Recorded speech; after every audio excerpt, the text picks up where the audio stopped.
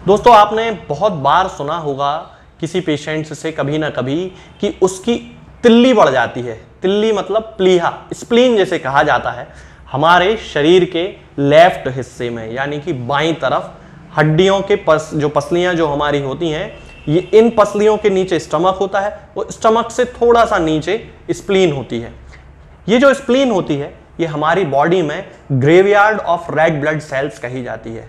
यानी कि हमारी बॉडी में जो लाल रक्त कणिकाएं होती हैं जिनके अंदर हीमोग्लोबिन होता है, वो लाल रक्त कणिकाओं की उम्र जब पूरी हो जाती है तब उस कंडीशन में वो जो लाल रक्त कणिकाएं होती हैं वो अपने स्प्लीन में जाके और वहां पे उनको नष्ट कर दिया जाता है।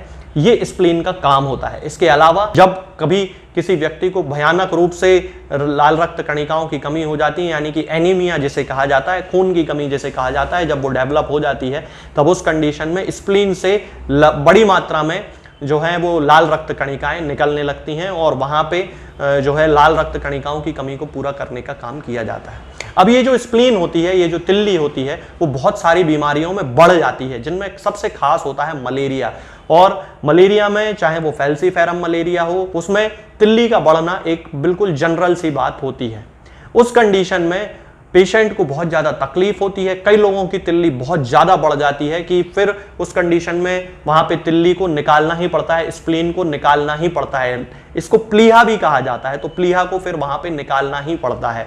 तब उस कंडीशन में होम्योपैथी उन मरीजों की बहुत ज़्यादा सहायता करती है। होम्योपैथी में एक खास मेडिसिन आती है जिसे सियोनोथस अमेरिकाना कहा जाता है। ये जो मेडिसिन होती है दोस्तों, ये सियोनोथस अमेरिकाना का मदर टिंचर मेरे पास रखा हुआ है। मदर टिंचर का ही यूज़ करना है हमें। सियोनोथस अमेरिकाना बहुत अच्छी मेडिसिन है जिसमें जिन लोगों को तिल्ली के बढ़ने की, स्प्लीन के इनलार्जमेंट की शिकायत होती है, प्लीहा बढ़ने की शिकायत होती है, उन लोगों में ये मेडिसिन बहुत अच्छा काम करती है। आज मैं इसके बारे में ही आपसे बात करूंगा कि हम इस मेडिसिन को किन किन सिम्टम्स में दे सकते हैं। तो पहला सिम्टम तो मैं आपको बता ही चुका हूं कि जिन लोगों की स्प्लीन बड़ी हो जाती है, मलेरिया के कारण हो सकता है, टाइफाइड के कारण भी हो सकता है, लिवर से रिलेटेड किसी बीमारी में भी कई बार ऐसा देखा जाता है कि व्यक्ति की जो स्प्लीन है वो बढ़ने लगती है। तब उन सारी कंडीशंस में स्प्लीन के आकार को कम करने के लिए, स्प्लीनोमेगैली जिसे कहा जाता है, उसके आकार को, तिल्ली के आकार को कम करने के लिए हम सियोनोथस अमेरिकाना का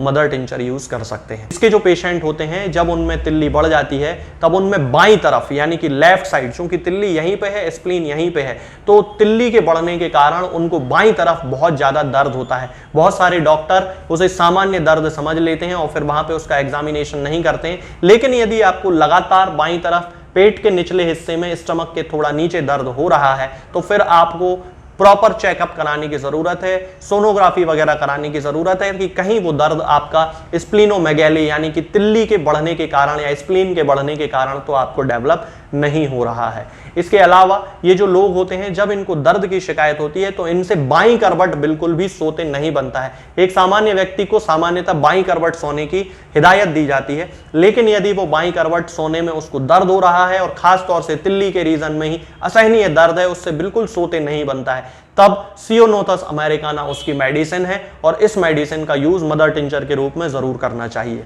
यदि हम इसके दूसरे जनरल सिम्टम की बात करते हैं तो ब्रोंकाइटिस के जो पेशेंट होते हैं उन लोगों में भी बहुत ज्यादा इफेक्टिव मेडिसिन है। जिन लोगों को खासतौर से बहुत ज्यादा एक्सपेक्टोरेशन निकलता है और उनको मलेरिया की हिस्ट्री रही होती है, जिनका मलेरिया का लगातार ट्रीटमेंट चला है, बाद में उनको किसी न किसी एलर्जी के कारण ब्रोंकाइटिस भी डेवलप हो गया और बहुत कफ निकलता है, बहुत म्यूकस उनका निकलता है, खकार जिसे कहा जाता है, तो उन लोगों के लिए भी सियोनोथस अमेरिकाना बहुत अच्छा काम करती है, वो इसका यूज कर सकते हैं।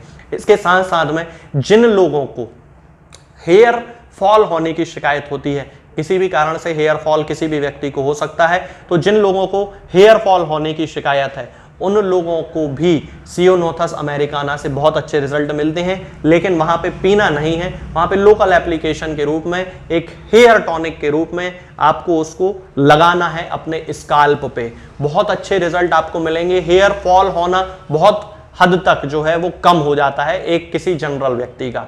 इसके साथ साथ में जिन लोगों को ल्यूकीमिया की शिकायत होती है, एक तरह का ब्लड कैंसर होता है, जिन लोगों को उस ब्लड कैंसर की शिकायत है, ल्यूकीमिया की शिकायत है, उन लोगों के केस में भी सियोनोथस बहुत ज़्यादा हेल्प उनकी करती है। जिन महिलाओं को बहुत ज़्यादा सिवियर प्रोफ्यूज मेंसेस होते हैं, बहुत ज़्यादा जिनको ब्लीडिंग होती है और उसके साथ साथ में जिनको सफ़ेद पानी की भी शिकायत है, उन महिलाओं को भी यदि उनकी स्प्लीन भी बड़ी हुई है और उनको इस तरह की कोई समस्या भी आ रही है कि उनको बहुत ज़्यादा ब्लीडिंग होती है मेंसेस के टाइम पे, मासिक धर्म के समय उनको बड़ी ज़्यादा ब्लीडिंग होती है, उनको सफ़ेद पानी की भी बड़ी शिकायत होती है, तब उस कंडीशन में वो एक जनरल टॉनिक के रूप में सियोनोथस अमेरिकाना का यूज़ कर सकते हैं। यदि इसके यूरिन से संबंधित हम सिम्टम्स की बात करते हैं, पेशाब से संबंधित लक्षणों की बात यदि हम करते हैं, तो जिन लोगों को बार बार पेशाब जाना पड़ता है और जिनकी पेशाब में झाग आने की शिकायत होती है, फोम आने की शिकायत होती है, उस कंडीशन में हम सियोनोथस अमेरिकाना का यूज उस पेशेंट को करने के लिए दे सकते हैं। और जैसा कि मैं शुरू से बता रहा हूं कि हमें इसका मदर टिंचर ही यूज करना है।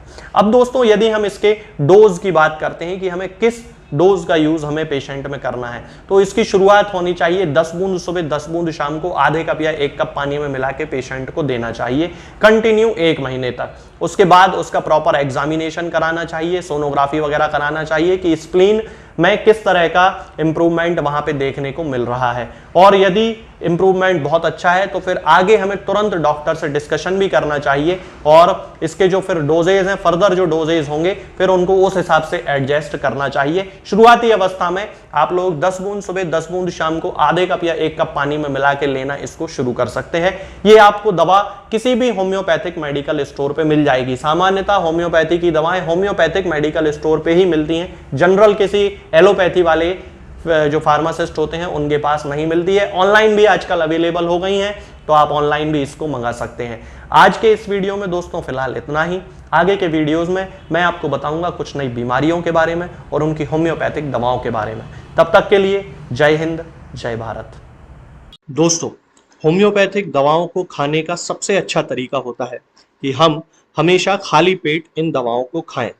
जिन दवाओं को दिन में केवल एक बार खाना है, उन्हें सुबह खाली पेट खा लेना चाहिए, मुंह में अच्छे से कुल्ला करके, गार्गल्स करके मुंह को साफ कर लेना चाहिए और उसके बाद हमें होम्योपैथिक दवाई खा लेना चाहिए। जिन दवाओं को दिन में 2 बार या 3 बार या 4 बार खाना होता है, उन दवाओं को खाली पेट खाने का मतलब होता है कि हम उन दवाओं को खाने के लगभग आधे घंटे पहले या फिर 2 से ढाई घंटे बाद ही खाएं। और उस स्थिति में भी हमारे मुंह में किसी भी वस्तु का, किसी भी चीज का स्वाद नहीं होना चाहिए, ना ही हमारे मुंह में किसी भी चीज की गंध होना चाहिए, जिससे कि ये होम्योपैथिक दवाएं हमारे शरीर पर बहुत अच्छे तरीके से काम कर सकती हैं। तो हमें हमेशा ये ध्यान रखना है कि जब भी हम होम्योपैथिक दवा खाएं, हमेशा खाली पेट खाएं और हमारे मुंह में किसी भी चीज का स्वाद या किसी भी चीज की स्मेल ना हो। अब बहुत सारे लोग ये सोचते हैं कि हम कच्चा प्याज